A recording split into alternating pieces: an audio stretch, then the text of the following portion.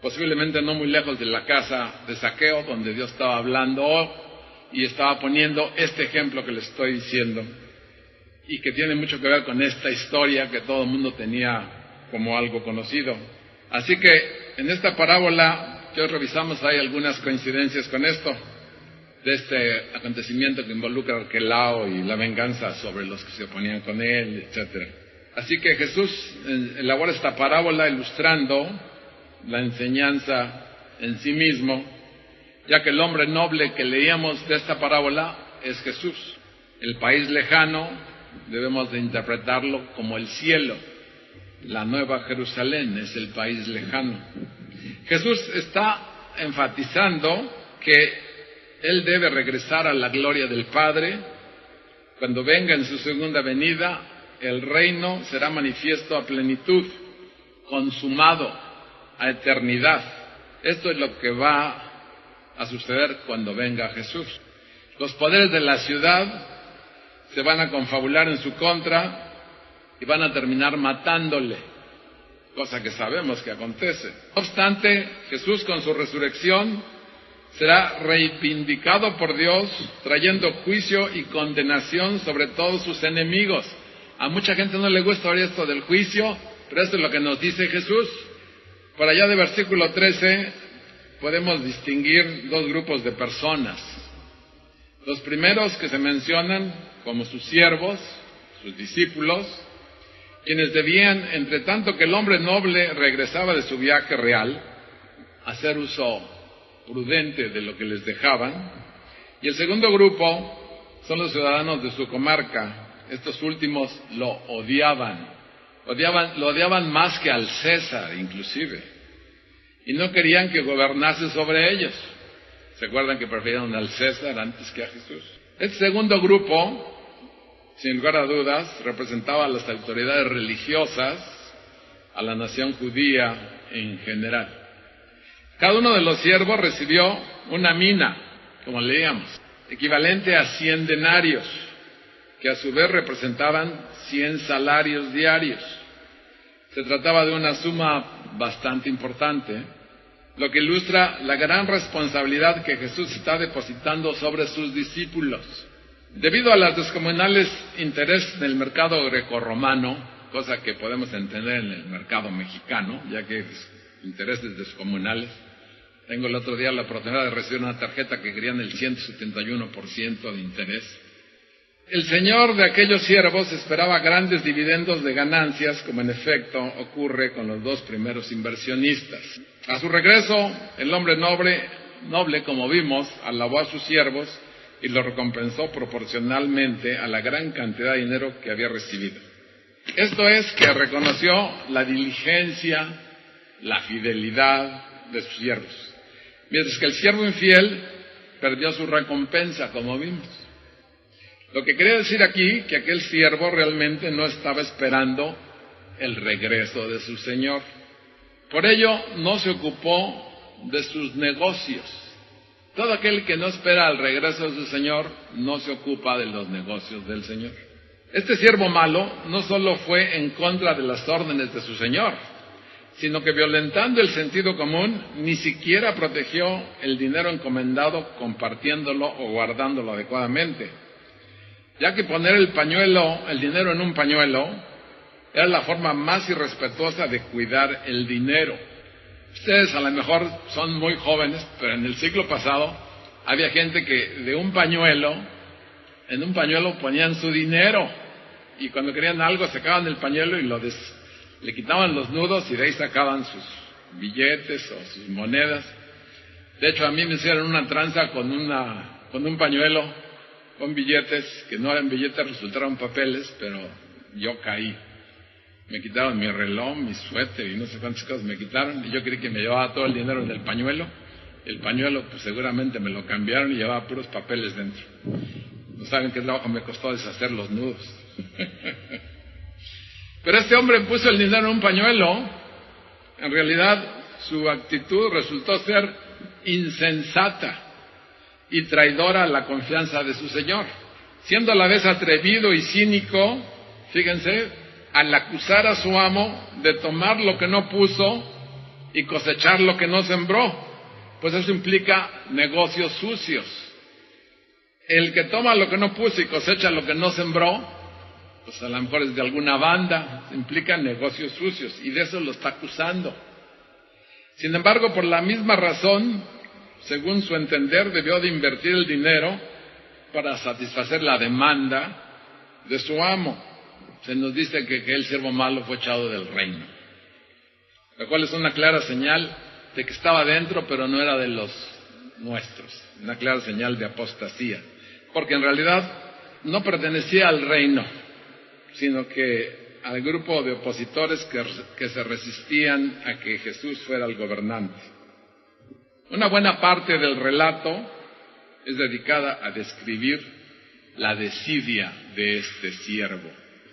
La desidia es una cosa impresionante, déjenme decirles. La desidia tiene una influencia directa en la oración. Mucha gente por desidia no ora. Mucha gente por desidia no estudia la palabra. La desidia es una actitud de pasividad, de no movimiento, de no acción, que te permite estar tranquilo, o es como un tranquilizante, vamos, una pastilla adormecedora, que te dice, tú estás bien, tranquilo, no hagas nada, ¿para qué te esfuerzas? Sé decidioso. Seguramente a algunos de ustedes su mamá les decía, no seas decidioso, levántate a lavar los dientes. Porque, hijo, qué trabajo da que se laven los dientes los chamacos. O que se corten las uñas. O que se pasen el cepillo del pelo. Pero todas esas cosas son superadas por la presión social. Pero la desidia espiritual, ¿quién la presiona? Pues evidentemente la presiona el enemigo de Dios. La desidia es un veneno silencioso que no te permite tomar hábitos de tu nueva vida, que no te permite agarrar la palabra de Dios y hacer una relación personal con Él, que no te permite orar con Él, que no te permite cambiar tus hábitos. La desidia te deja donde estabas y no te permite superar a donde deberías de estar. Así que mucha parte de este capítulo se dedica a esta gente decidiosa, a este que le dieron con qué trabajar y que no hizo ningún fruto de lo que le dejaron. Finalmente, vemos que todos los contrarios fueron juzgados, condenados, y dice la palabra muertos. Todos los que no estén con Dios cuando Él venga de regreso van a estar muertos. Dios nos da vida en Cristo Jesús. Todos los que no aceptaron al Rey en la parábola como enemigos fueron muertos. Esto implica que Jesús tenía una expectativa muy clara de lo que acontecería próximamente en Jerusalén, por lo que anima a sus discípulos a ser fuertes, a ser fieles en medio del cruento rechazo que les sobrevendría. Hay sin duda dos finales en esta parábola, una en el versículo 26 y una en el versículo 22. El primero de estos versículos marca la distancia entre quienes arriesgan todo por los intereses de su Señor, aún en detrimento de su propia seguridad, y aquellos que no muestran confianza ni devoción alguna por su Señor. El que tiene resulta ser aquel que posee la disposición para ser fiel hasta el final, mientras que el que no tiene, como no pertenece al reino, aún lo que se le ha confiado en mayordomía le será quitado para invertirlo en aquellos que se han mostrado ser fieles siervos de Dios. El reino de Dios invierte nuestros valores humanos, y quiero que vean con cuidado esto, ya que es cuando damos que recibimos. Cuando morimos es cuando vivimos.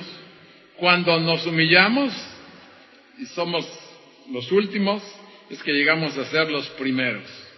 Cuando aceptamos ser pecadores y por ende culpables y condenados, es cuando el Señor nos perdona. Cuando arriesgamos todo por Jesús, es que somos asegurados por Él. Cuando aceptamos sufrir por causa de la justicia del reino, es que disfrutamos el gozo de sabernos útiles a Dios.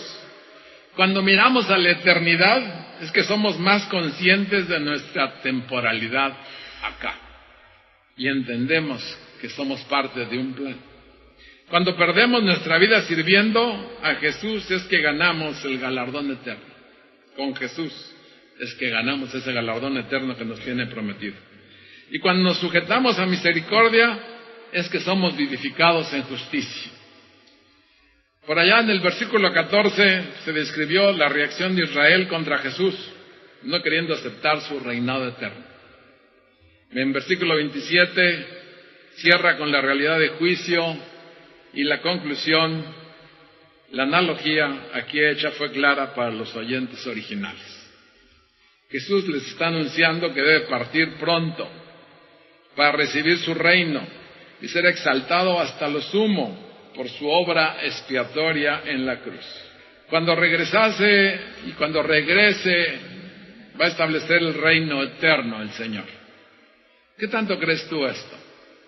¿O acaso hay desidia con respecto a esto? Mientras esto pasa, su iglesia, sus discípulos, debemos negociar con los recursos del reino, de tal modo que haya fruto abundante que presentarle al Rey cuando Él regrese. Cuando Él venga, compensará generosamente la fidelidad de sus hijos. Fíjense que dice en Apocalipsis 22:12, que es fácil de encontrar y de llegar. Apocalipsis 22:12. He aquí yo vengo pronto, y mi galardón conmigo, para recompensar a cada uno según sea su obra, mientras los incrédulos serán juzgados por toda la eternidad. Ahí mismo en Apocalipsis 20, del 11 al 15, y vi un gran trono blanco, dice en el versículo 11, y al que estaba sentado en él, de delante del cual huyeron la tierra y el cielo, y ningún lugar se encontró para ellos. Y vi a los muertos, grandes y pequeños, de pie ante Dios, y los libros fueron abiertos. Y otro libro fue abierto, el cual es el libro de la vida, y fueron juzgados los muertos por las cosas que estaban escritas en los libros, según sus obras. Y el mar entregó los muertos que había en él, y la muerte y el Hades entregaron los muertos que había en ellos, y fueron juzgados cada uno según sus obras. Y la muerte y el Hades fueron lanzados al lago de fuego. Esta es la muerte segunda. Y el que no se halló inscrito en el libro de la vida fue lanzado al lago de fuego. Doy gracias a Dios de que estamos inscritos en el libro de la vida, porque Cristo Jesús pagó el precio por nosotros. Nos hizo parte de su familia. Nos hizo realidad la promesa y la elección que un día ni siquiera tuvimos parte. Nos hizo realidad algo que un día llegó a nosotros como un regalo, como una gracia inmerecida, y ahora nos ha edificado en esta promesa. Una promesa que se va a realizar y se va a dar de una manera que nadie siquiera la tiene contemplada. Así que esta parábola nos involucra a ti y a mí como miembros de la Iglesia del Señor.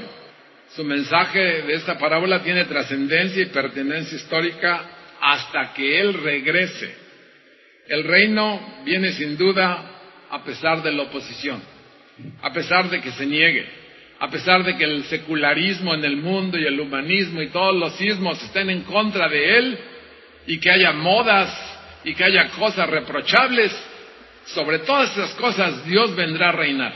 El reino, una realidad presente, pero es un reino no consumado todavía, hasta que Él regrese con nosotros. Hay una cita de un señor que se llama Oscar Cullmann que dice: vivimos como iglesia del Señor en una tensión escatológica.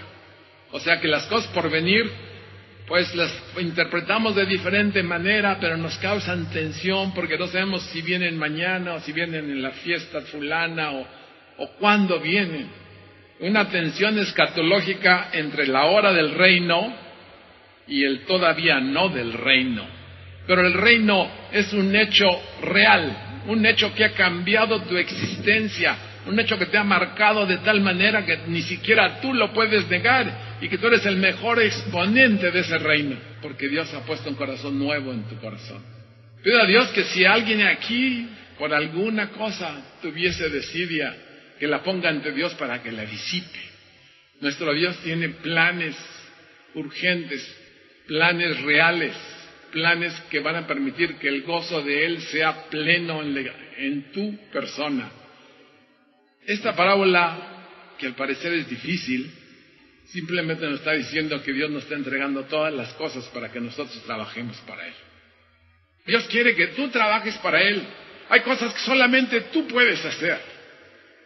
Hay cosas que Dios puede hacer, pero resulta que te ha comisionado a ti. Te ha dejado todas las herramientas para que tú seas aquel que levante ese fruto y que con ese fruto te fortifiques y te fortalezcas. Que seas fortalecido cuando tú trabajas y digas, pero no es posible que estas cosas pasen. Entonces, cuando tú estás dentro del reino de Dios, es un reino de imposibles hechos posibles. La mejor muestra de que Dios es un reino de imposibles es que tú estés aquí hoy, que tú seas fiel hoy. Porque todos éramos muy infieles a Dios y Él extendió su manto y su misericordia para hacernos parte de su familia, dándonos su Santo Espíritu para la guía de todos los días hasta que Él venga. Que Dios bendiga su palabra, que les ubique exactamente en el lugar que quiere y que les dé la fuerza para que se pongan a trabajar para Él. Damos gracias a Dios.